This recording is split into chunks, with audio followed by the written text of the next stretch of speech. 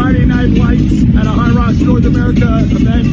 This is what it's all about. Unbelievable. If you're not in Las Vegas right now, you're missing it, baby. I know the word might be it's dope, it's sick, explain whatever the kids are saying, but tonight the appropriate term it is lit. Get him, coach. Get him, coach.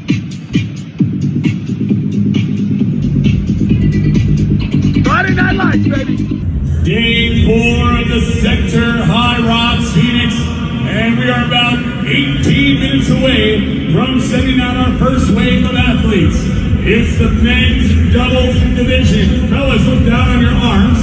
If you got a starting time or a number on your arm that starts in 800, that means the great James is going to want to see you. And this is how we're rolling into day 4, the first ever day 4 at a Hyrox North America event. And everything's on the table, I guess. Fellas, look down on your arms. If you've got an 800, they want you in that Red Bull start zone. Go see Big James. He's going to get you all fired up and ready to rock. The first ever day 4 in the history of Hyrox North America.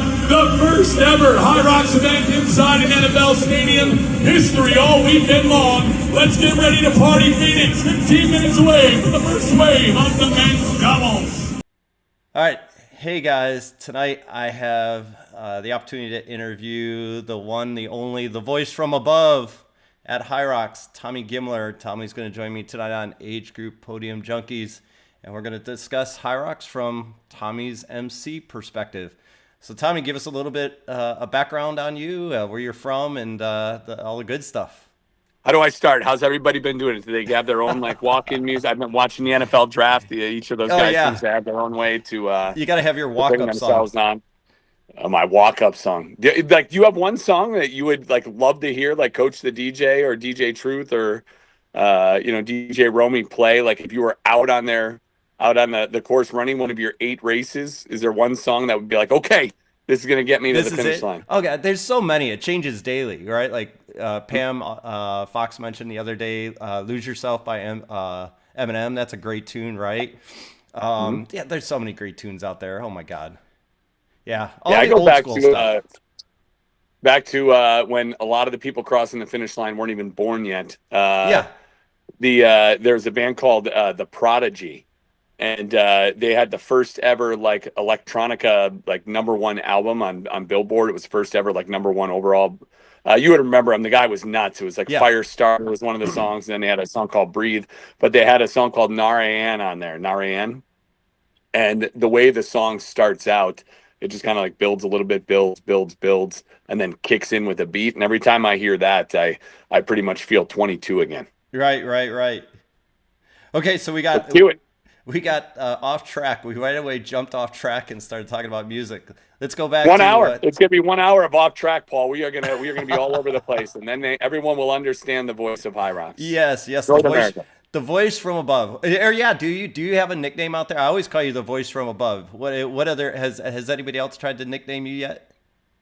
No, it's always just so I guess my I just go by Tommy. In college it was Tommy G, because no one could get my last name right, even though it's only 6 letters. And then my Instagram is Big Tom Gimler, and I'm 48, so social media is kind of passed me by, but for whatever reason it caught on. Like Big Tom said this, Big Tom, hey, there's Big Tom. Yeah. And it's all because I think that's social media handle on Instagram. So that seems to be it. Hey, thanks, Big Tom. Always good to hear your voice, Big Tom.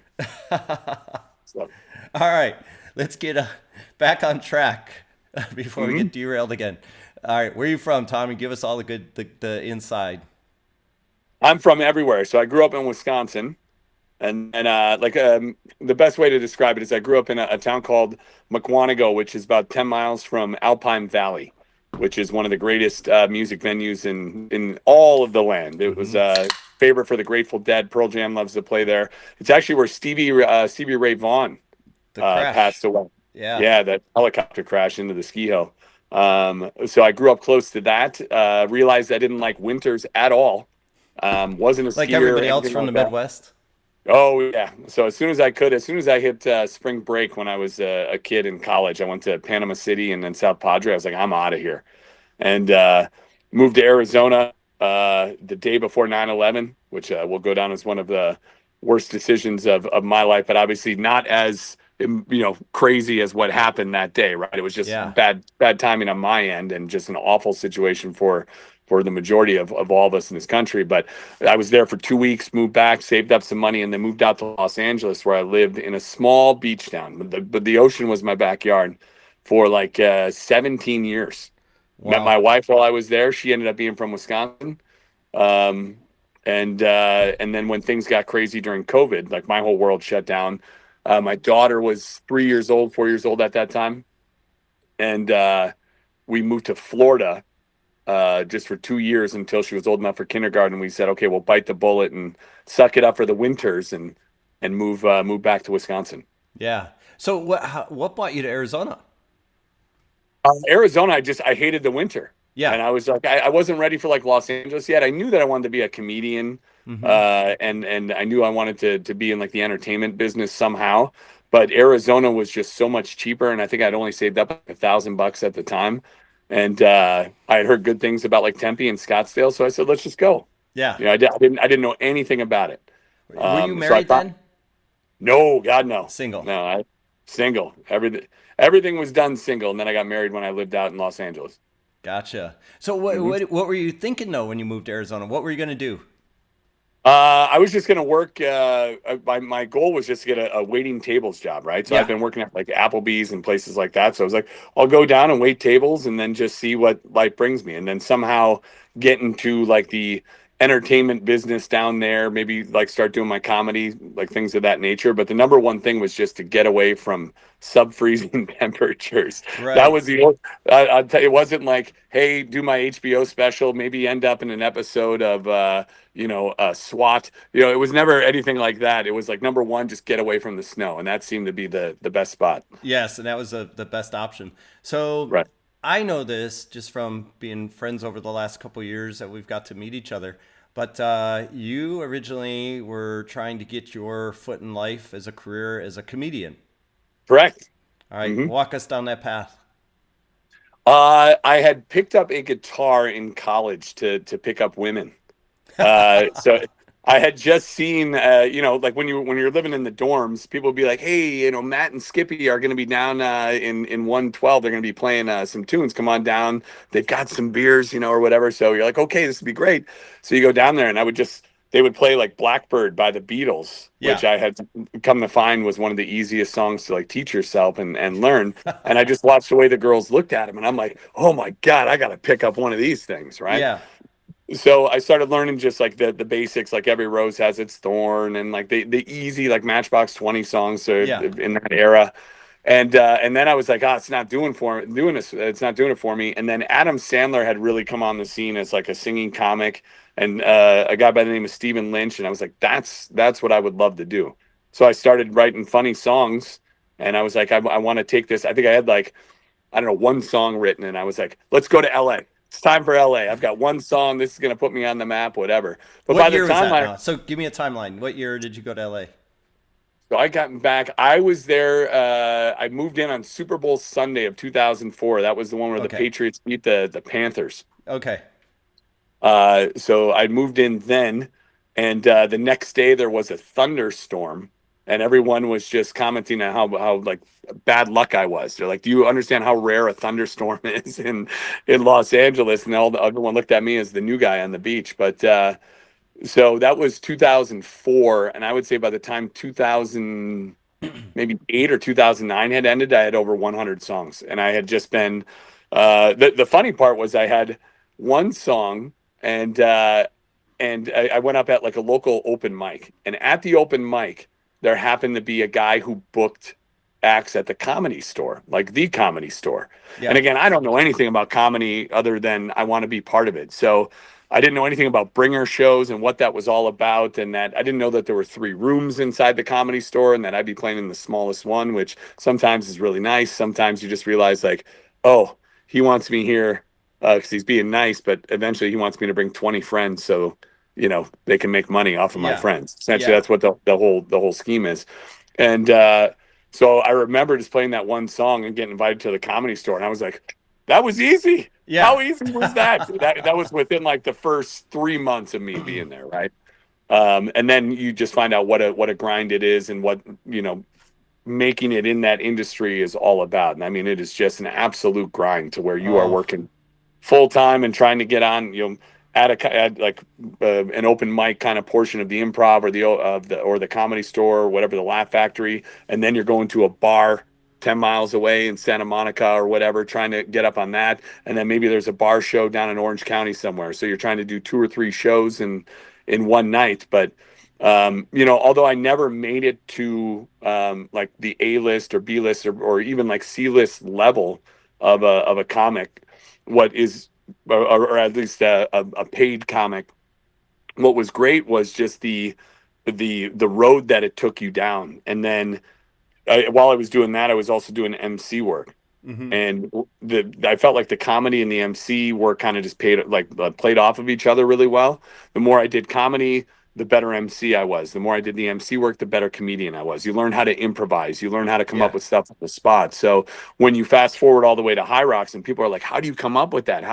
I'm like, I still don't know how I come up with that, but you can tell that over the years, just from being put in that situation, numerous times, your brain is just trained to come up with stuff. Yeah, it gets wired that way, right? It's the Right. experience, right? It's the experience level of the profession, or yeah, the experience level of the profession.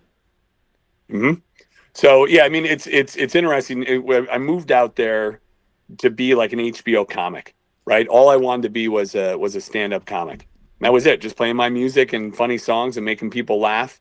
And I was at that era, that point to where social media was just coming on the scene. Hmm. Like MySpace, Dane Cook had made his way through MySpace, and then it was Facebook, and eventually Instagram, and all that stuff. And then when people would see you, they would be, there's a lot of people who would see the show and they're like, "Oh, that's funny," and they all wanted to be part of it. Like the Yeah. moment was great, and then you'd learn that they were full of shit the next day. Like you'd talk to them and they'd be like, "Oh yeah, man, I can't do anything for you." But what I learned was, I was at the era where being a stand-up comic wasn't good enough anymore. You had to be a stand-up comic, an actor, a writer, a podcaster, a blogger. Eventually, like it all Yeah. branched out to all of that, to where it was no longer he's just a Yeah. stand-up comic, and really that's all I wanted to do. Like all my best friends would tell you that when it comes to being an actor, it's not good. Yeah. It's really not good. I am not an actor. I cannot go over lines and deliver it with Oscar worthy performances. That's for sure. Yeah, well, I think you do a pretty good job, Tommy. Like you're entertaining. You're like, I think if you would have pursued it, and or maybe if you would have pursued it, or maybe in a different time, right? Like a lot of times people say, uh, you're great, you're good now, but because of the way things are now, you would have been great, like in the coming up with the Chris Farley era in the 70s and the 80s. You know what I'm saying? Right. Right. But I don't like hold a grudge or anything toward what, people. If you come back home and people are like, "Oh, the music and the comedy didn't pan out," it's like, no, that didn't pan out. But because I did that, it branched Yeah. out into so many different avenues, Yeah.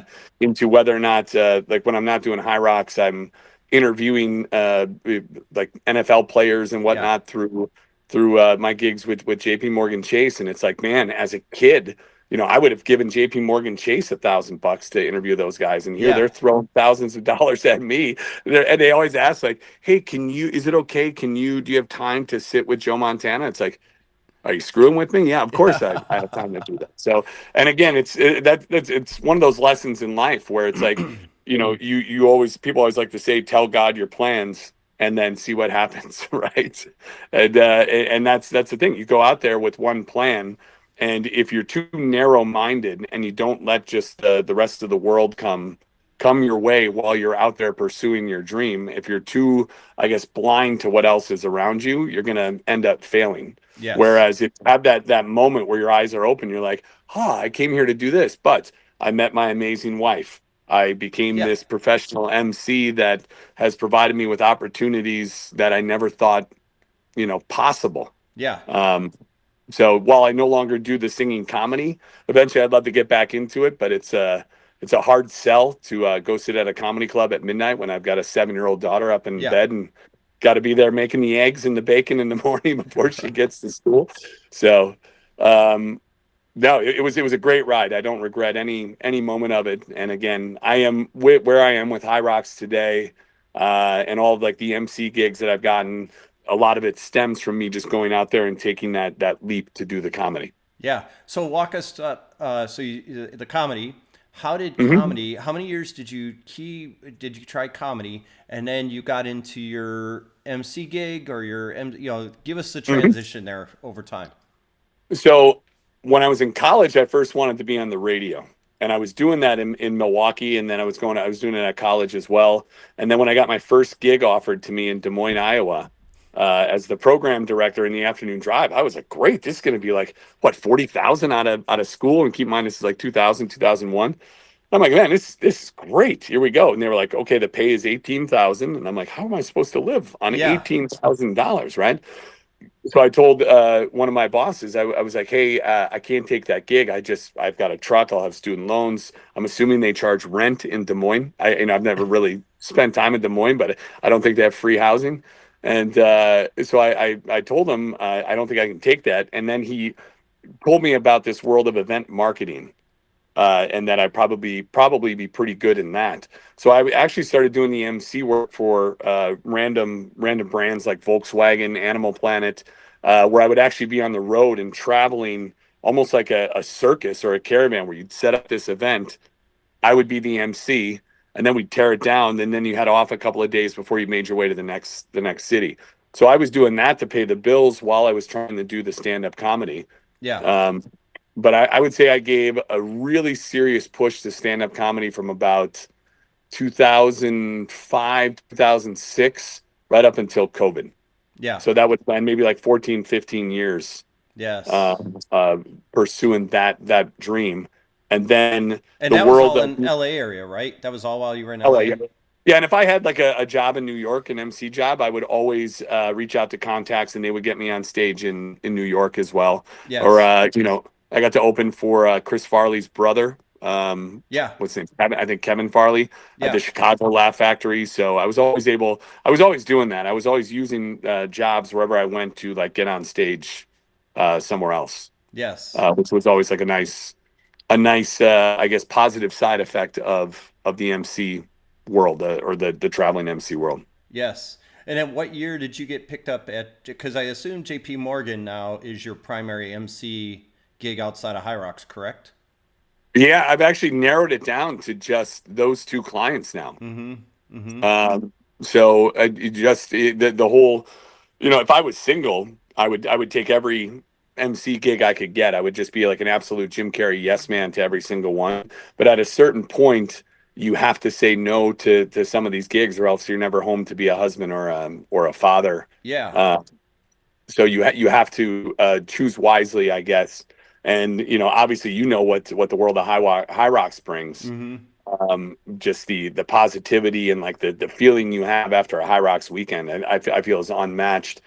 And then professionally, I think what JP Morgan Chase provides with, hey, can you sit down and interview these athletes? Or I'll be like at a small business conference for them. I'm their main MC. And again, that's where like some of the comedy comes into play. They give you like a little card with some stuff on there, but they're like, just be you and entertain them and whatever, like, stall for time, any of that stuff. And it's the combination of both is really, again, I didn't know it at the time when I moved out to LA, but like now it's like, man, I have come full circle. Yes. It's great. So the stuff that you do for JP Morgan, how do they use the content, or is the content there? Is it stuff that they record and then they play for their employees or whatever, or is it live content that you're doing at shows? It's all just live content. They used to do like one of my best clips. They did a Facebook Live of me interviewing Terry Bradshaw back at the I believe it's the 28-3 Super Bowl, where Brady and the Patriots came back down 28-3. Yeah. So at that one, I got to interview like Jimmy Johnson and Terry Bradshaw, and they would go Facebook Live for like the first 15 minutes, Mm-hmm. and that would essentially be the only video that the public could see. Otherwise, when I do these events, you have to be like a card carrying member or like a small business owner to get into that event, and then it's strictly live. If they're recording, which I believe they do, but it's all for in-house then at that point Yes. for the folks at JP Morgan Chase. Gotcha. All right. So then, how did you get picked up at Hyrox? How did that all come about? 3 words: coach the DJ. Oh, no way. Yeah, so we were MCs together at Tough Mudder. Yes. So I want to say I was on right about the time they brought him in, and I was working for a sponsor, Bic Razors. Yeah. And we used to do like head shaves and mohawks for the Wounded Warrior Project, and I would just MC and have some fun, and again just kind of call out guys like, whatever, you're gonna actually do the Tough Mudder with that haircut, get over here, get a free haircut, help the Wounded Warrior Project at the same time, right? Yeah. And from there, then the folks at Tough Mudder would ask me like, hey, Clinton needs a break, Sean needs a break, can you go do the start line, can you go do the finish line? And then when Bic was no longer a sponsor, they just hired me to do their events as like the Mudder Village guy. Yeah. And that's where like Greg James from Hyrox, I met him there. Oh, yeah. Nick Pennick from Hyrox North America, he hired me back after like a little lull. So it's a great, in that OCR world, how many people know each other and how many people, cross across all those brands. Yeah. So what was the very first Hyrox that you MC'd? So I was at a Tough Mudder in Seattle, and I want to say that was maybe September of 2023. Yeah. So it had to be somewhere around there. So Coach, I'm in there just like kind of harassing people in the village on the mic, trying to get them to come do these games up on stage. And Coach comes over and he's like, "Hey bud, is it possible if can I forward your information to this? There's this new upcoming race." He's like, they might not pay as much or whatever, but he goes, I really think it is going to blossom and it is like the new thing. And I was like, I don't care about the pay. Like, yeah, absolutely. Like, let's get in there and whatever. So I do an interview with 3 of the guys from Hyrox North America. And I want to say it was Chicago 2023, the one that Ryan Kent won. Yes. And I had no idea what Hyrox was, right? So Yeah. Coach had just said, "Hey, jump on YouTube, whatever. Try to do your research." So I like see it. I'm like amazed. I'm like, man, it's just an amazing sport. I can't wait to be part of it. And then they were having some issues with setup in Chicago. So this is when like Mo and Christian were still on site and like helping set up. Yeah. Because Hyrox North America hadn't really been established yet. They're one day events, or at least not as established as they are now. So like Mo was there and he was just like, I'll try to get with you in a little bit. And Alex and all those guys were just like, hey, here you go. We'll be with you in just a second. And before you know it, boom, the doors open and they just give me the mic and they're like, okay, go. And I'm like, I don't know what the hell I'm doing. I don't know anything about this sport. So I'm out there and I'm like, all right, here we go. Obstacle number 1. And I think Doug comes over and he's like, hey kid, we call them workouts here. And I'm like, I remember you right, told me that one time that about your first experience. You called it what did you call it? An obstacle. Just obstacle, because of yeah, Tough Mudder, right? Tough I Mudder. don't know anything about it. So anyway, I go through and the coach had said like, hey, make sure you pace yourself too. He goes, it's a long day. Yeah. And again, as like a Hyrox athlete 1,000 times over, when you enter that building, like the energy hits you almost instantaneously, Yeah. right? So I'm like, oh man, I don't know what I'm watching, but I want to be part of this.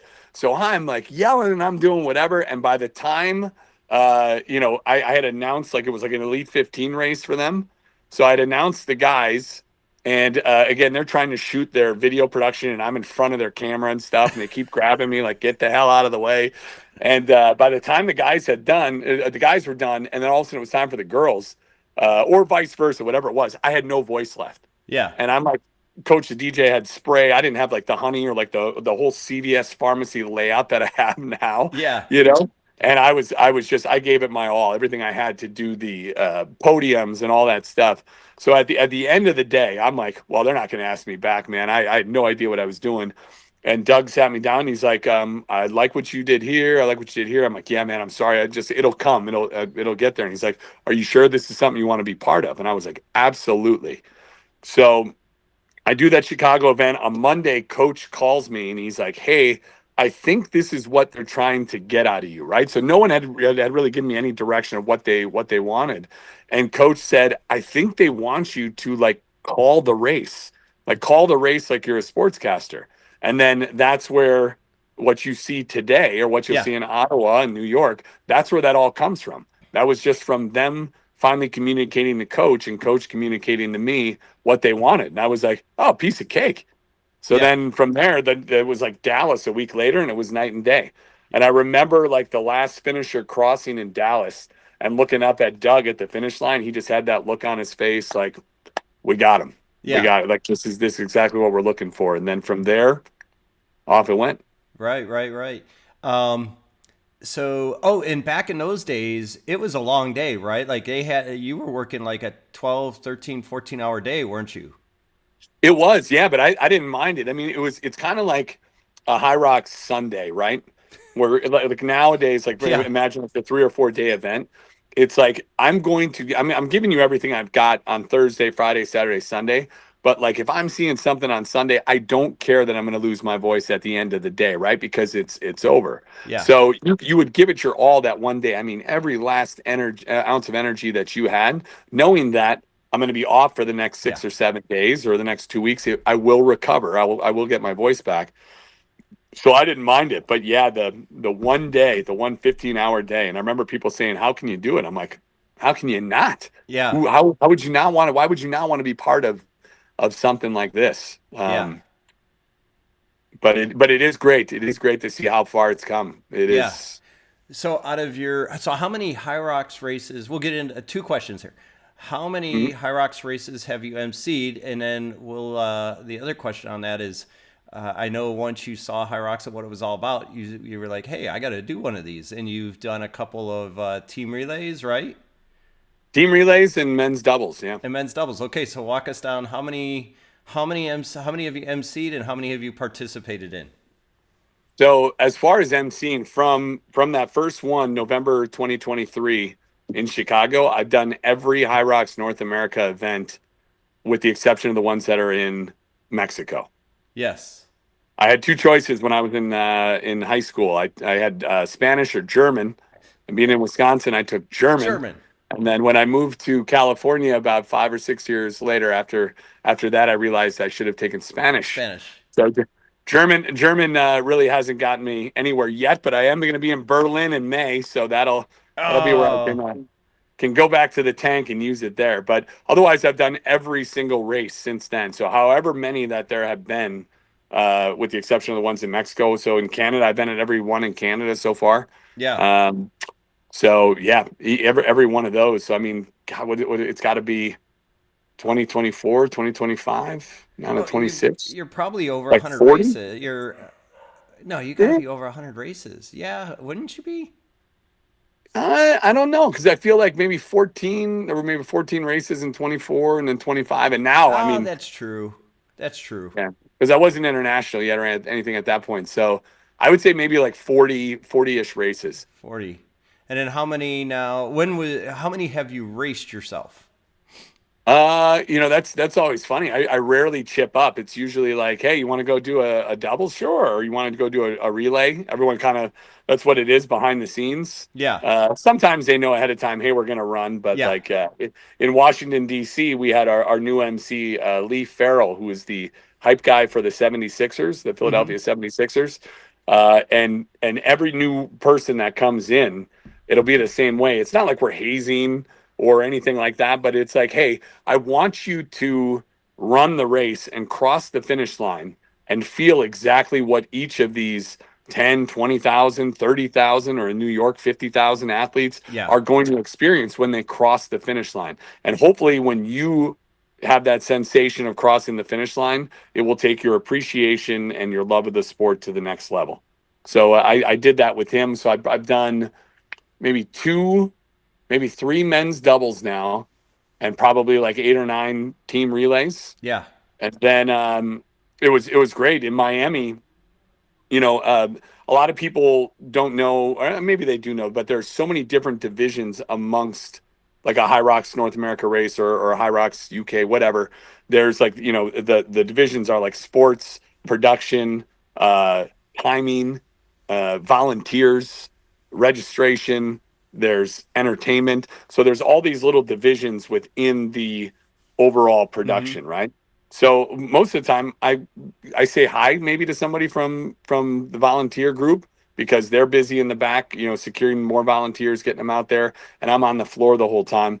So there was this young lady from the volunteer group in Miami who was like, "Can I run a race with you?" And I was like, "100%, let's do it." Never met her before in my life. So in New York, we're going to run a mixed doubles. Oh, And that's to me, cool. that's it's a beautiful concept of two different people in two different departments, like, running the race, maybe even talking to each other at the same time, trying to figure out what exactly they're doing. This is what I'm doing, whatever.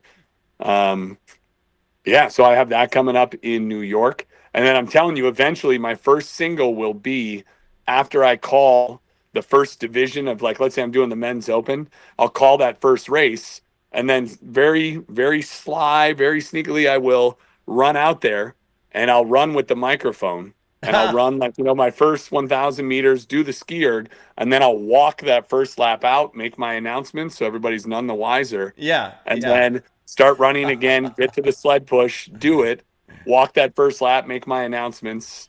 Because, hopefully it should be what, like maybe 10 minutes, 10, 11 minutes Yeah, in between each announcement. yeah. So we'll see if anybody catches on. So Right, I right. definitely have to do that at one of these upcoming races.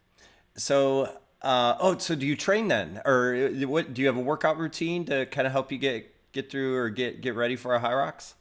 I would love, like, I see your workout routines or I see people in their Instagram stories and I'm like, man, what I would give for that extra 90 minutes Yeah. in my day.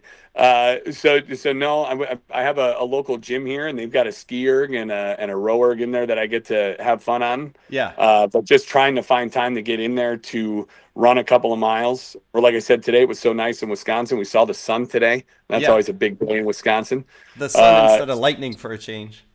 Oh man, it is crazy. So then I get out and I make sure I get my 15,000 steps, and I was telling you, off camera about, like, being a homeowner, Yeah. that instead of going to a gym, I've never been a homeowner before. So over this past year, instead of going to a gym, you quick go get your steps outside, run, walk, whatever, and then you grab the shovel and start digging fence posts. They've got special shovels to dig a fence post, and I'm like, Yeah. I have no idea what I'm doing, but this is going to be a hell of a workout. Here we go. Yeah. Make So sure the if ground's a I'm little wet. that's no problem right now. No Yeah. problems with wet ground right now. That's essentially why we're doing the fence this weekend. I'm like, Dad, I think we can get to the bottom where we need to be here. Right. Right. No problem. Okay. So the high rocks race that you've done, what has been your funnest gig to do, or have you had the most memorable race that you've emceed? That I've emceed. No, Um, that you emceed. Yeah. emceed. Okay.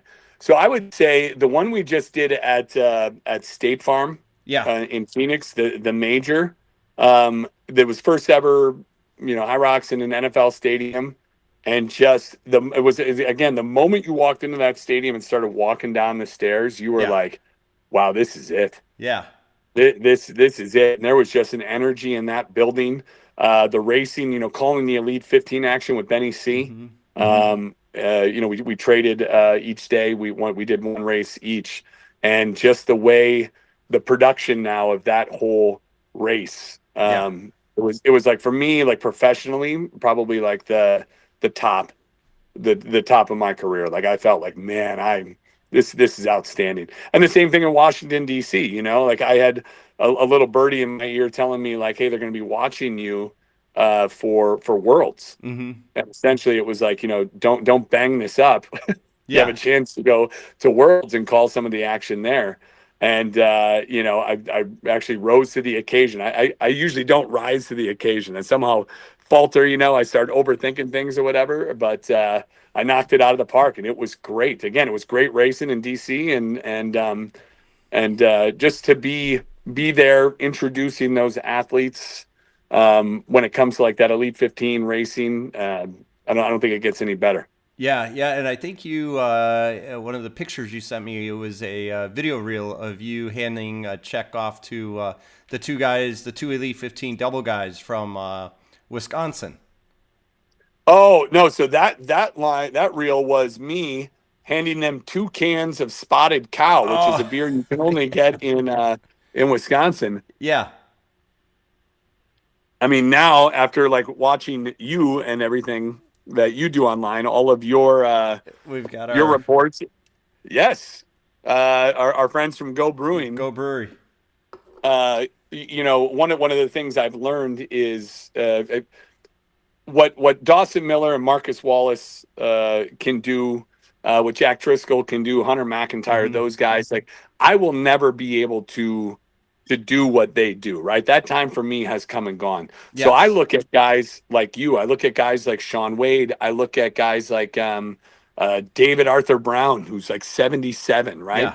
So I whenever you post something and you're like, hey, here's my idea for a workout, I'm like, okay, how can I buck the trend in Wisconsin and actually be mobile when I'm in my 50s and in my 60s? Because there is a very popular misconception here that as you start getting this joint pain, or you start getting 40 pounds or 50 pounds overweight, it's just what happens. It's part of life. It is not part of life. Yeah. And that I really love watching like the older athletes, the guys and girls run, because it really puts those popular notions here in Wisconsin to where it's like, this is just what happens in life, you know, like you can't move like that anymore. And I'm like, no, you can. So my goal is to get like some of these guys out to a Hyrox and say, let's do a relay together and just see what is possible as we all, like, you know, get closer to our 50s. Yes.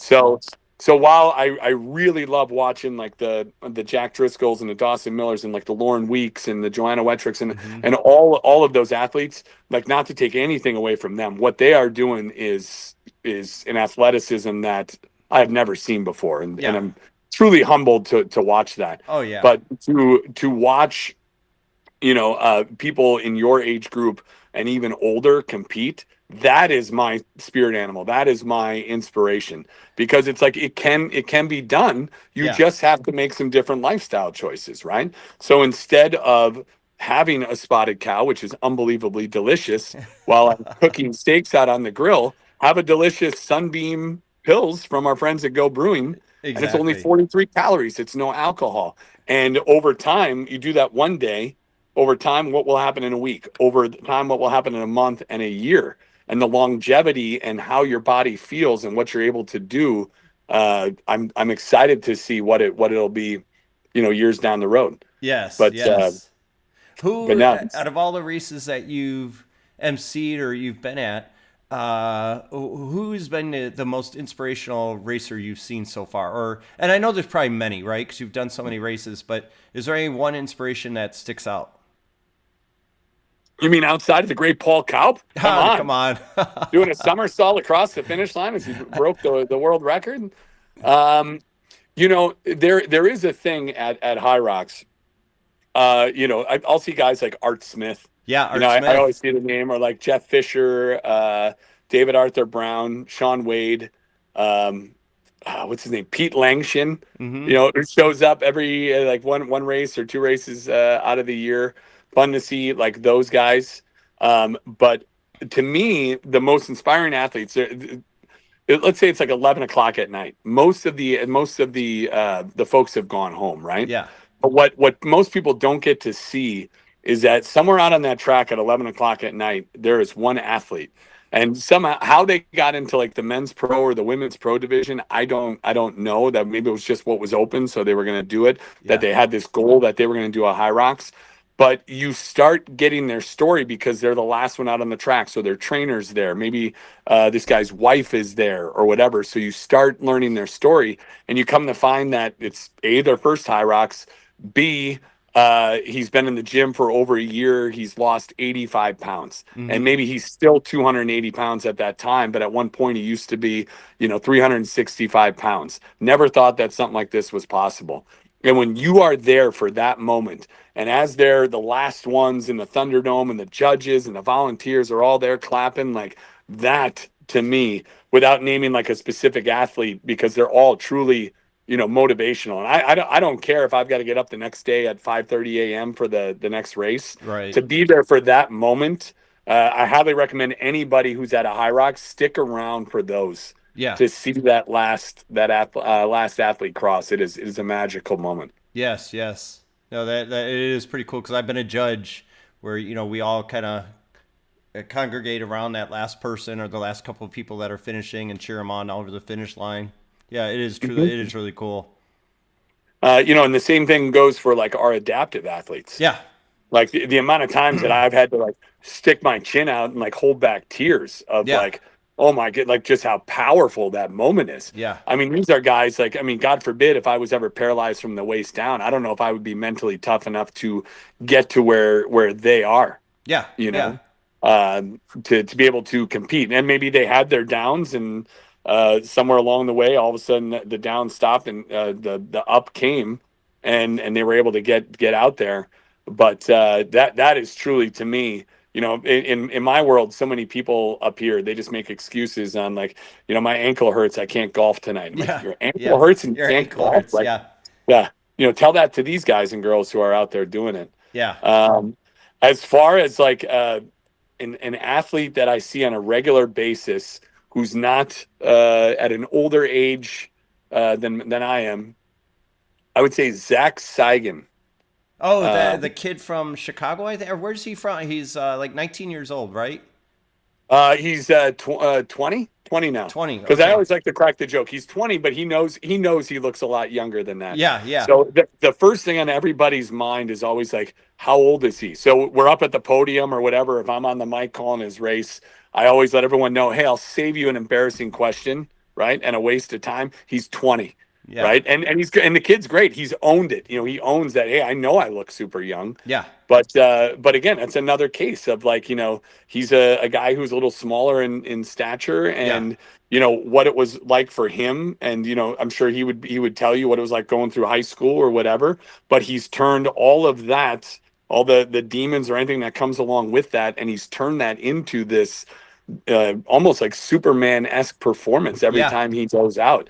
And it is really, really fun to watch because the kid's only 20. yeah, And I know he's got a bum ankle right now or something, so he's just got to let that heal before he gets back out there. But I mean, from watching all the times, I feel like when you are in like your, 25 to 29 or like 30 to 34 range, that's where you truly hit those peak times yeah, for yeah, the most part. I mean, yeah, Hunter McIntyre being an exception, he seems to be getting better the older he gets. But I would say that one specific athlete, Zach Seigan, every single time I see him on the docket, I'm stoked. yeah, yeah. He's a good kid. I met him at Chicago last year doing a Deadly Dozen. Was the first time I met him. The Deadly Dozen in Chicago last summer, right after Worlds.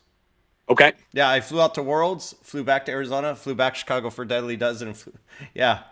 So, but Well, so I had living the met. dream. Yeah, living the dream. So you've got coming up here. You're gonna do what's your next one? Chicago, New York, Ottawa. Ottawa. Yeah, Ottawa, and then New So York. Ottawa. So then there's Berlin. So I have Oh, that's right, between Berlin. between these JP Morgan Chase and Hyrox gigs starting on May 4th, I'll fly out, and within 50 days, it's going to be the craziest, but probably most professionally fulfilling run of my career. To where I will leave on the 4th and I'll go to Wilmington, Delaware, get on a train, go up to Brooklyn, fly home that night, hit the golf course for my other job there, take my wife out for Mother's Day, and then get ready to go to Ottawa. From Ottawa, I come home, from Ottawa, I go to Detroit for a JP Morgan Chase gig, fly home the next day, fly out to Berlin, go do Hyrox Berlin, come back. I'm home for like 24 hours, fly to New York for the first weekend, fly home for a couple of days for a little bit of a break, fly back out for New York again. Then I come home. I fly to Denver to interview Zach Allen from the Denver Broncos. Yeah. Then I come home for a couple of days. I fly to Stockholm for the World Championships. Oh, And then that was going to be one of my questions. Are you so you are going to work Stockholm? 100%. Ah, Yes. perfect. I'm yeah, beyond stoked to be there. Yeah, It's again, I just imagine that the energy is even that much higher yeah, than it already is, just knowing what's on the line and just the I guess the aura of being an athlete at the World Championships, and just well, the I'm gonna nominate you to be our flag carrier. If you're not working, because you may be Uh-huh. working, but if you're not working, I'm gonna nominate you to be the flag carrier for Team USA for the Parade of Nations. Oh man, I would do it in a heartbeat. That'd be Yeah, great. the last couple of years it's been Mimi, but Mimi's gone now.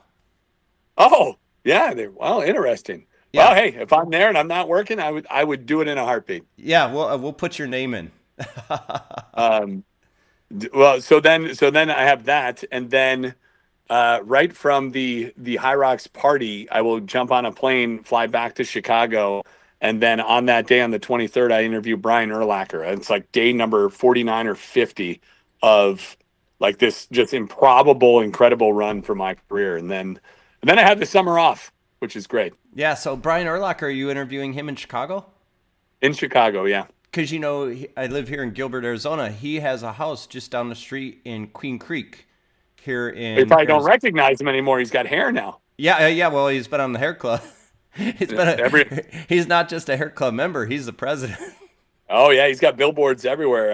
Every time I drive down to Chicago to fly out. So no, it'll be a great run. I can't wait. But it's what I will always say about Hyrox is even it'll be the same way in New York, the same way in Berlin, the same way Yeah, in Stockholm. That I don't care how jet lagged you are, how tired you are. When that alarm goes off at like 4:30 in the morning or whatever, you wake up and there is never a moment of, oh man. You just kind of look and you're like, here we go. here And we you go. wake up and you go get it. It's truly, and again, 20 years ago, I didn't know anything. Obviously this didn't exist, Yeah, but to be in that position, to be part of such an amazing event, it's once in a lifetime chance. Love it. yeah. So let me ask you: do you prepare at all for a race? Like, let's say you're going to Ottawa. Do you do any Mhm. preparation for the race? Like, get to know any of the racers or any of the who is the potential in the age group to do you do any kind of research or anything like that? Yeah, so usually on like the flight in, if all of I use the Rocks Life app, Yeah, or no, I'm sorry, the Rocks Fit app. Rocks Fit. And they usually have like the names of everybody who's going to. It'll say like women's open, 1,200 athletes, Yeah, and I'll be able to look at like let's say that's the Thursday first wave. I'll be able to look at the names in there, and after doing so many of these races, you start to learn names, and you're like, oh yeah, there's one. So then in the notes in my phone, I will put in like 12 names to watch, and then of course there's always three or four yeah, that you don't know who they are, but they're in the ski erg and they're in the sled push. There they are, the top three. And then I just ask people out in the crowd to be like, "Hey, you're filming that person," and they kind of look at you like, I'm not saying it's awkward or anything, right? But do you know their name, right? yeah, Do you know what her name is? So, but yeah, there is definitely. Whoops, sorry, hold on, just a second. Keep going. yeah, There is definitely a little bit of research that goes in. Now, when it gets to Worlds, I will know so much about each and every athlete just to hmm tell a story while you're out there. But just to get a quick glimpse of of the names of the people who are in that Red Bull start zone in that first wave, even throughout the day, if I'm at lunch, it's not like I'm checking my fantasy baseball team. I am looking at the next waves that are coming up to see who's in there. yeah. So now I know at High Rocks they've gone to like an AM and a PM shift, right? For you guys. Everywhere except Hyrox North America. So it kind of varies depending on who is on the team for that week. I prefer the AM PM shift just That's what I was because going to it ask is. you if you had a preference. Yeah, I mean, I used to have the fear of missing out, but Hmm when and also a fear of like, man, I don't want to leave, and then all of a sudden the energy comes down or whatever. But you've met Benny C before, Yeah, and like between the two of us, like the energy doesn't change. We each have our different flavors, or a different flavor that we bring to the experience, but the energy is up the entire time we're there. So if he's there, I do an AM PM shift. And what I found is it's better for everybody if you do that AM shift and then leave, right? Like just leave, detach yourself from it, let your body come down, rest a little bit, yeah, wake up fully recharged for the next morning, and then bring that 100% to the next day. yeah. Um, if you're hanging around, like I really love to watch the races. But if it's like an elite race where they're showing the live stream, I will go to a restaurant and watch the live stream just to get out of the arena Yeah. and start coming down a little bit. Yeah, there's so much energy in there. Like even when I race and judge, Mm-hmm. there's so much energy in there. You've got to get out of the environment and just get down and get quiet for a little bit before you race. Or yeah, because if you spend all day in there, you like me, older 55-year-old guy, you're fried by the end of the day, right? Like if you spend 12 hours in the venue. Right. Yeah, the music, Yeah, the energy, and then knowing people too. Like so many people now, and you try to just walk from one end of the stadium to the other, and you're having 20 conversations. It takes you an hour to go from I had to go pee, and I'm still trying to go pee. Right. Yeah, but that's it is one of those things that like it comes with the job, right? Yeah. And it's people recognize you, and it's like, yeah, you know what? I might piss my pants right now while I'm talking to you, but if you want to say hi, sure, hey, great race, whatever. Yeah. But I usually, if I'm, let's say like we were in Houston, right? Yeah. So you're at the convention center downtown. I would walk about like a half mile to like 3/4 of a mile away from the convention center to go get like lunch there. Yeah. To just get away in just the odds would say that there aren't going to be some Hyrox athletes out there to where you can truly, get a cup of tea or whatever, work on your throat, get a nice meal, and just come down a little bit. So. And then Paul comes and sits next to you.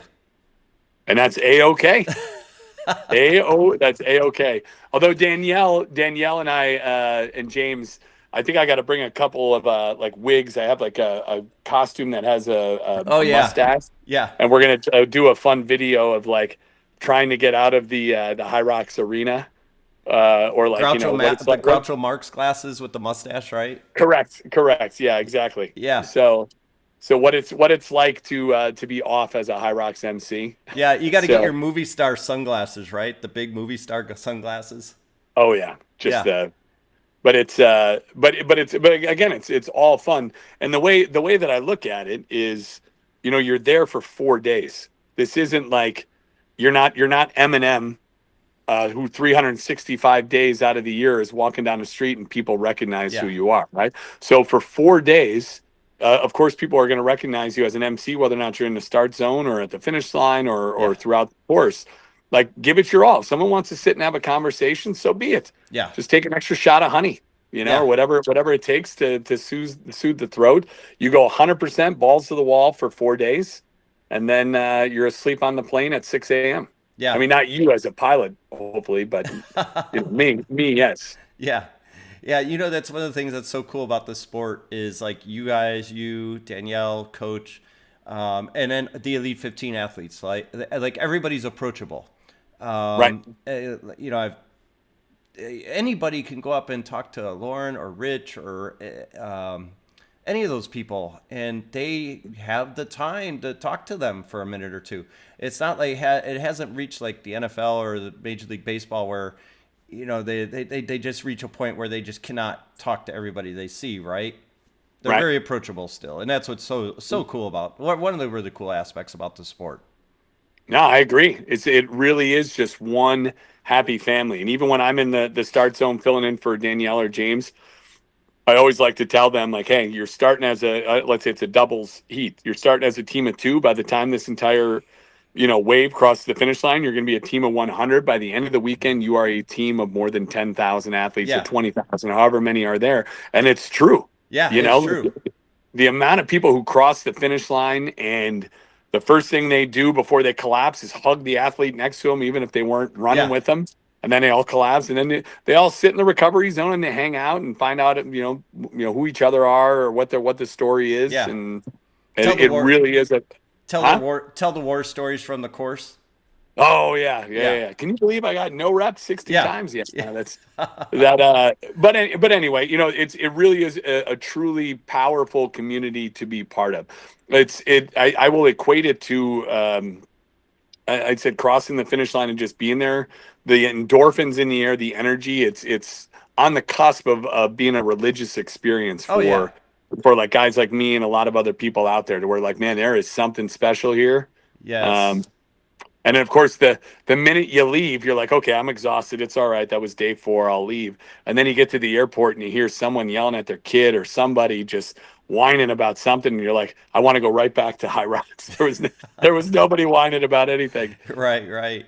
So I know you walk around all the stations at Hyrox. What is, and you're always commenting at that particular station. What is the one station that the crowd's just roaring and you really get into that one station, or is there one station like that? I think for whatever reason, when the athletes get to the row ergs, there is a moment to where I don't know if that is such an easy workout for them that they seem to talk more, whether or not it's their coaches or like when it gets to the elites, like their fans are there and they're smiling and they're talking to them a little bit, where it's harder to do that in the burpees, right? I mean, you're just, just going nuts there. So something about the row erg provides almost like that fan athlete experience that is remarkable. And then obviously the Thunderdome. I mean, when you've got the way they've got it set up now with people on top of not the bleachers, but the stands there yelling down, and the ability to, if there's a 2 wall ball difference or if there's a world record on the line or whatever the story is, the power and the ability to get people to get fired up there is easier than at most stations. Yeah. No, the wall balls is, I thought that would be the one that you would say too, because it's the last station, right? And everybody's going crazy and just tons of energy there too, except for not maybe on the athletes' part. They're dying. Yeah. Try to the next race that you do. Well, I suppose your next race will be Worlds, but when the new season kicks up, take a look at that at workout number 5. Don't call it obstacle number 5. It's workout number 5 when you get in there, and just how it's almost like the calm before the storm, right? Yeah. Where it's you're past the halfway point. You're sitting down. I always like to tell athletes at the burpees, like, hey, the next one's easy. They let you sit down. It's great. Yeah. Just watch how it's kind of like the calm before the storm, where people are laughing and they're talking to each other. People are holding their signs. Yeah. And then all of a sudden from there, it's go time. Now let's get across that finish line. A lot of us look at the row as like kind of like a little bit of recovery. That's where you kind of modulate yourself a little bit, get a little recovery. You are halfway through and then go again. Yeah. Well, guys like me during a relay, I'm like, I can row. I can do it. Yeah, I got this. Yep. Yeah. So at Hyrox, have you ever had an instance where a crazy moment, Mike died, or you saw athletes do something out of ordinary, a station out of order, or anything? Have you had any crazy or weird experiences at Hyrox while being an MC? I've saved people penalties. I'm expecting a ton of Christmas cards this year. That's great. So tell me about that. Just where, the burpees really seem to be the one. And like I tell people in the start zone too, I'm like, when you get done with those burpees, you're not going to know what city you're in. Yeah. There's something about it. Like in the in, out the out, which sounds so easy. Yeah. And I like to equate it. I'm like, my 7-year-old daughter, the first words that she could write and say at the age of 3 were in and out, right? When she was 3. But something about being an adult at Hyrox, when you get done with the burpees, you fail to see, and so many times I'll be in the rock zone hanging out there and like saving people, especially in like the ski erg right away you're in too. And like the first thing they want to do, if the in arch is right there, they want to run right out that first arch that they see. So I've seen that before. Sometimes people go down with injuries that are a little more severe than others. Yeah. But most of the time, it's just that the instant you see it, you just yell for a medic. That's completely out of my realm. Yeah. Like, if I'm on the scene trying to save somebody, like, good luck. Yeah. That is, I can maybe apply a Band-Aid in the right spot, but I am not the superstar nurse that my wife is. That's for sure. Right. I don't know. I mean, there's sometimes that athletes get, this is a good one. So athletes, and this is what made Michael Jordan and the greats also good, is that they find a gear that I don't have. And it turns them into an a-hole sometimes. And they don't know sometimes that athletes, you meet them off the course and they're the nicest people in the world. And I'll come up to them and be like, hey, what's your name? Can you tell me your name? Because they're in like first or second. And I've had one athlete turn around and she's like, no. She keeps doing the sled push. And I was so taken back, not like offended. I just started laughing. I'm like, wow, I've never heard that before. Yeah, yeah. Another time there was a young lady coming in, and again, this was at the burpees, and she had given everything she had to that point, and she just looked at me. She came up from a burpee, and she's like, "Water." I'm like, "What?" She's like, "I need water." This was in Atlanta, and I just started laughing. I looked at like whoever the judge was, and we were just laughing. Like, there's nothing I could do for you, young lady. I'm sorry, Yeah. but like, she's not trying to be rude. She is just in this zone or in this spot that, yeah, I don't know. I've not pushed myself to that level yet to get to that point, but Well, I know from my experience in racing and, having you BMC at so many of the races that I've raced, you're inspiring to hear over the speaker, the voice from above, right? Like I hear you calling out names during the race, and then there's been a couple races where you've called out my name and cheered us on, especially in Dallas last year. My partner Tim and I, when we were when we ran and broke the world's record for that 55 to 59 age group. But I know you inspire us, and I totally enjoy hearing your voice over the loudspeaker. And there's a lot of times it brings a smile to your face, and anytime you can make somebody smile or kind of even laugh, it's like music, right? Music can kind of carry you through things. A smile or a little laugh gets you through the race, right? Like it makes you forget that you're in that the pain cave, right? Yeah. No, I appreciate that. Thank you. I've had a lot of people tell me that. I had one young lady, I said, Laura Duvall. She had texted me one time or messaged me one time, and she was like, "All I want to do is get in the top 3 just to hear my name over the at one point of the race, so she could hear her name over the loudspeaker, over the sound system." But there are other instances where like I'm looking on my phone and like trying to gauge where they're going to finish. Yeah. And this is really when like going sub 1 hour was really starting to be like a thing. Like, and I had a couple people saying that I pushed them to go sub 1 hour, that they had no idea that was the pace that they were on. Yeah. And that's great. Yeah. That's great. And that's why I try to learn as many names as I possibly can. And if people are going to have the response that you just gave me, like, awesome. That makes me feel like a necessary part of the event. Although I will say in Miami, very rare that the last podium goes longer than the last athlete crossing the finish line. And I think it was like day 2 of the Miami race. And that last athlete crossed, and I think DJ Truth shut the music off. So all of a sudden in this arena, it just went quiet except for me making the announcement. Except for you. And I cracked it like a joke. Like, if you guys don't understand how important DJ Truth is to the success of a Hyrox race, I mean, maybe someday on April Fools, we'll have you guys run with no music, but it is a completely different vibe, completely different energy. But I think you just find how every little part, brings the flavor to the overall experience and the overall event, right? You take out an MC, you take out a DJ, you take out, just fill in the blank. Oh yeah. And you're like, it's not the same. Yeah. Yeah. Just don't, in Vegas, they took out the lights on us in team relay. Were you there? Were you? I was not a fan of the lights out team relay. Yeah. I don't know. The Friday night relays. Huh? But the Friday night relays. Yeah. Yeah. They turned the lights out, and, they had some flashy kind of lights going and stuff, but, all us old guys, we didn't like it. I don't think anybody over 50 liked it at all. Right. Like we were there to race, and it was hard, like in the dark, like seeing like people were running into each other. And the annoying thing for me was at wall balls. And because in the relay, I always do wall balls. The camera guy got right above me and was taking pictures. And the flashes are going off in my eyeballs as I'm trying to do. So every time he'd flash, I'd have like this blackout because you can't see, right? Your eyes got to readjust. And then I yelled something out. I'm like, dude, you got to get out of here. But he stayed where he was, and he was taking pictures of the people next to me, and I'm still getting flashed every time. So anyway, the lights out was not a good thing to take out. I had heard that people thought it was that what was dark. I thought that the concept. I popped in right away, and there was still a great vibe, like especially the glow sticks and everything. The glow sticks, yeah.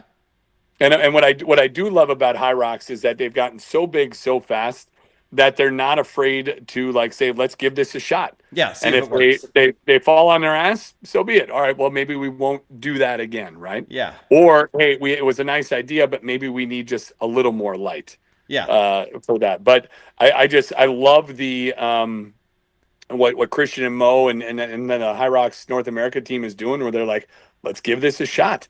I don't know. I think it's great to be on top of the world like that, where you're like, if it works, it works. If it doesn't, then we just don't do it anymore. Yes. Yes.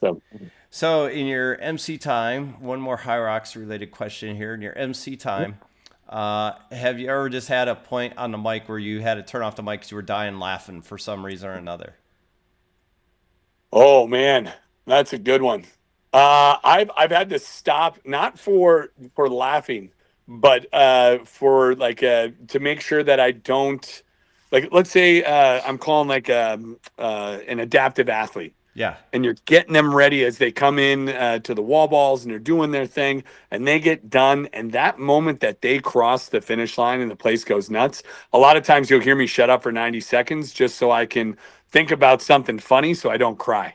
Yeah. You know, there will be a time where you will catch me where something will just be too inspirational and too much that I won't be able to contain it. Yeah. But as far as laughing, the closest I've ever come to just there was a girl holding up a sign, and the athlete's name is Matthew Zalea, and he's podiumed quite a bit. I think he's in the under 24 age group, or if he's gotten a little older, then he's 25 to 29, whatever. But he's podiumed a couple of times. And his girlfriend was holding a sign that said, if you go somewhat sub 1 hour, I'll let you get to be the little spoon. And I mean, I read that sign and everybody started laughing. So Matt Zalea's nicknamed the entire race. And if I see him again, it's Little Spoon. Little Spoon.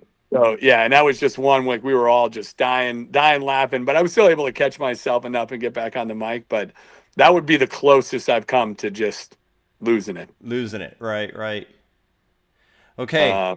Go ahead. Yeah. No, that's I was trying to get the hamster turning up in the brain to see if there was another moment, but that one stuck out. All right. So outside of Hyrox, what are your hobbies? What do you like to do? When I do have time and I'm not on the road, I work at my buddy's golf course about an hour from Cedarburg, and I love the game of golf.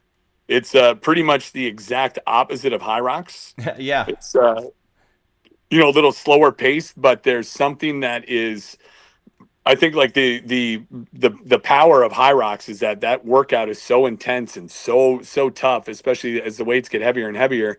It's so tough that when you cross the finish line, there is an amazing feeling, right? That, man, I just can't believe it. I cannot describe the way you feel when you cross the finish line. Mm-hmm. Now, if you are a bogey golfer and then you break 80, it is a very similar feeling. Yeah. So where all of a sudden you're sinking 15-foot putts that you would normally miss, and all of a sudden everything's going in. You're hitting the fairway today. But there's something that is so challenging about a game that on the surface seems so easy. Mm-hmm. There's nobody running at you. There's no loud music bumping in your ears or anything like that. It's just you and nature, and you're just hitting the ball, taking the same swing over and over again. And for whatever reason, it's so hard. Yes. But I love to do that. I love to go for walks. I met a baseball coach out in LA during COVID, when really the only thing you could do was go golfing. Mm-hmm. So I would go golfing by myself, and then you get partnered up with 2 or 3 other guys, and that's how you met new people. Mm-hmm. And one was a local baseball coach named Kermit Taylor, and he was 77 at the time, and I was out driving him by maybe 20 yards, and I was like, man, what's your secret? And his secret was, I was telling him about all the walks I was going for, and he said that in his lifetime, he thought that going for a walk was the most powerful thing that you can do for both your body and your mind. Yes. It's the best thing that you can do to clear your mind and to get everything flowing in your body. So love to go for walks, especially in the historic part of Cedarburg. And then there's trails galore around. But I'll do that when I'm on the road for Hyrox too. Like, a lot of times people are like, are you grabbing an Uber? I'm like, no, I'm walking. Yeah. I love to go for walks. Yeah. And Now, then obviously being the husband and the father, like my daughter's 7 years old, so she's at that perfect age where, the conversations are better.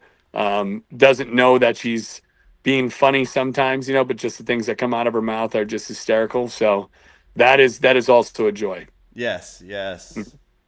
And then I know you have one other hobby. You like visiting old taverns, pubs, and saloons, right? Oh, baby, I can't wait. Look out, Berlin, Stockholm, Yeah, Ottawa, Montreal, it's all coming up. So it's to me again, you go for those walks and you go to these towns, right? So do you know anything about Ottawa, Canada? Other than that, it's the capital of the country. No, yeah, nothing. so why not go for walks? Find where the oldest bars are. And to me, it's always been the best way to like just walk through town and find out what they're all about. And you see some history in the in between and while you're sitting at the bars, and then you have conversations with bartenders and patrons and learn more about the town. And sometimes you leave satisfied, and sometimes you leave knowing that you'll never go back to that town again. Right, right, right. Now that is pretty cool. I've always appreciated the bars that decorate, like the Irish Mm-hmm. bars, right, with the real dark wood, kind of Mm-hmm. darker inside, but that go all out for decorating for Christmas. I always thought that was really cool. Yeah. Now it's there was an Irish bar in Washington D.C. I went into. It wasn't one of the oldest bars. It was definitely the oldest Irish bar, but it was authentic. And Yeah, it was like when you stepped into that bar, you were in Dublin. yeah, Like they did such an amazing job. Um, but I've always been in some of these cities. I used to live in Arlington, Virginia, really close to Alexandria, Virginia. And in Old Town Alexandria, they would have these row houses that have been there since the 1600s. And I wanted to at one point live in one and then just see if I could get a tenant list of people who had lived there over the last 400 years yeah, and just see what their stories are, right? Like I know what my story is right now, what I'm trying to be and what I'm trying to do, but like what was the story of the guy living here in 1680? What was he trying to do? And yeah, I think when you do that oldest bar tour, it's fun to like hear the old stories or come up with learn about the guys who like saved the bar or things of that nature. Just yeah, learn everything that has happened in the last 80 to 200 years in that bar. yeah, yeah. No, that is pretty cool. Pretty cool, Tommy. I got to start doing that too when I'm out in these towns visiting.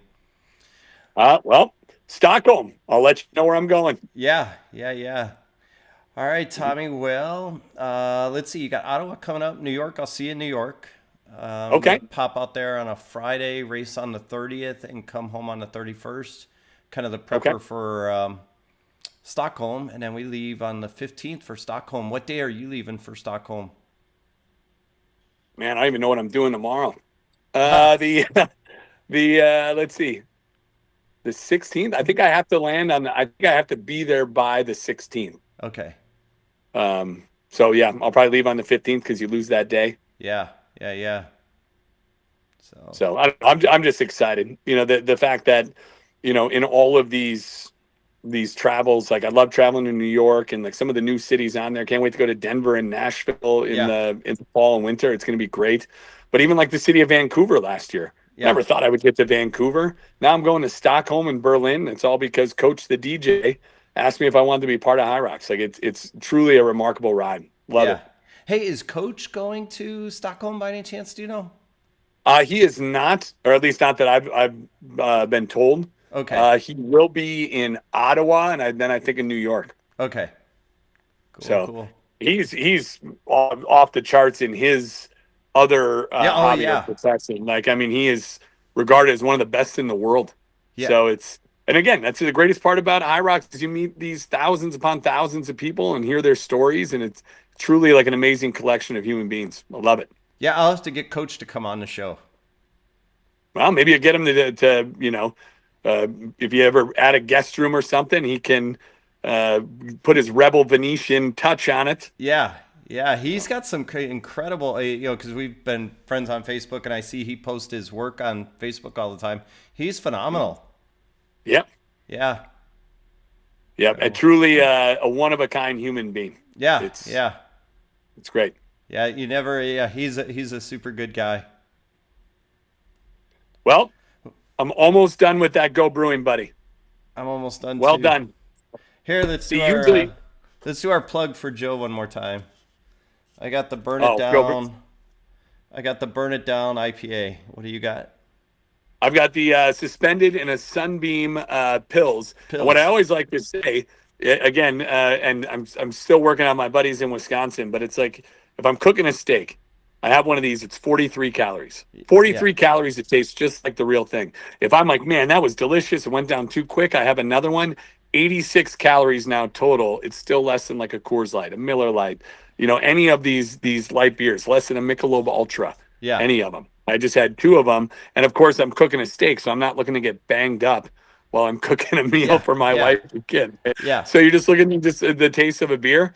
Like between them and Manly, like the supplements I get from Manly, it's that part of like being in the Hyrox community. Those are 2 life-changing things for me as well. It's great. Yeah. Well, Tommy, thanks so much for spending the last hour and 15 minutes with me here. I totally appreciate it. Yeah, Paulie Walnuts. Always good to see you, buddy. Yeah. Thank One you, of the Tommy. greats. Yeah, hey, and the other thing, right. you were the one that helped give me some pointers and tips to getting this started. So what? Oh, getting this? Oh, Getting the show going. Remember, it was yeah. in Vegas. We were sitting there chatting, and I said, "Hey, Tommy, I got this idea for a podcast YouTube," and you're like, and then you gave me some pointers and some tips, and I ran with what you said to do. And now look at you. Yeah. 1 million subscribers. You're rocking.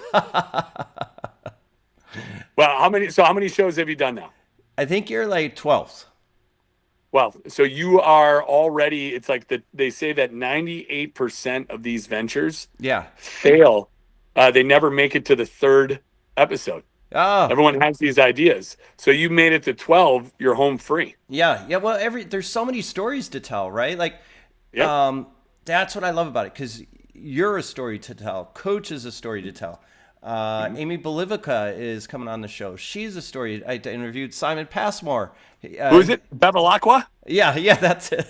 There you go. We'll start with that. There's the mother of 5. Unbelievable. Yeah.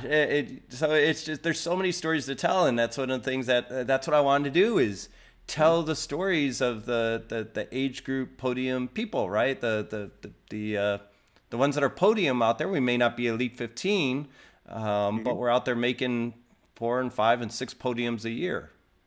Great. Always fun to see you up there too. Well, if this makes the Netflix documentary, make sure you just Photoshop it up a little bit here. You know, get the filters on there that the kids are using. Yeah. The voice tuners. Yeah. Thank you, brother. I really appreciate it. Yeah. Hey, Tommy, we'll see you in New York. You got it. McSorley's, here we come. Look out. Thanks, Tommy. You got it, buddy. We'll see you. We'll see you. Bye-bye.